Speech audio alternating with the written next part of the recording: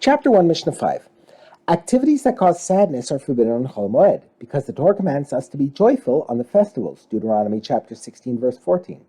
This Mishnah discusses several activities that may be prohibited for this reason. It begins with the act of inspecting tsaras, the skin affliction described in Leviticus chapter 13.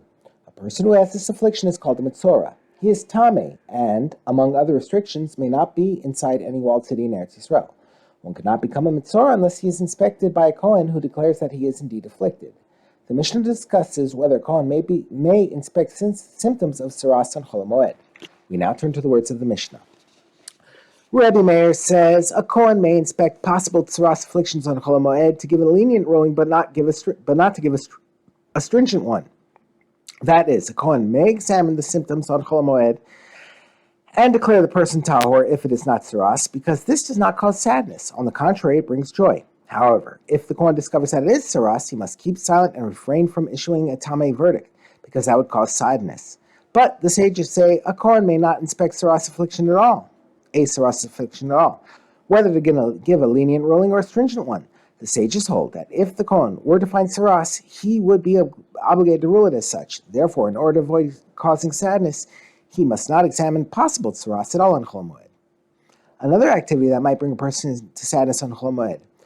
And Rabbi Meir said another leniency in the laws of Chol Moed. A person may gather the bones of his father and mother in order to rebury them. That is, if he did not initially bury them in their ancestral burial plot, he is allowed to gather bones on Chol Moed in order to rebury them there. This is permitted because it is a source of joy to him to see his parents buried next to their ancestors. But Rabbi Yossi says it, i.e. gathering his parents' bones for reburial, is a source of mourning for him because it reminds him of his parents' death.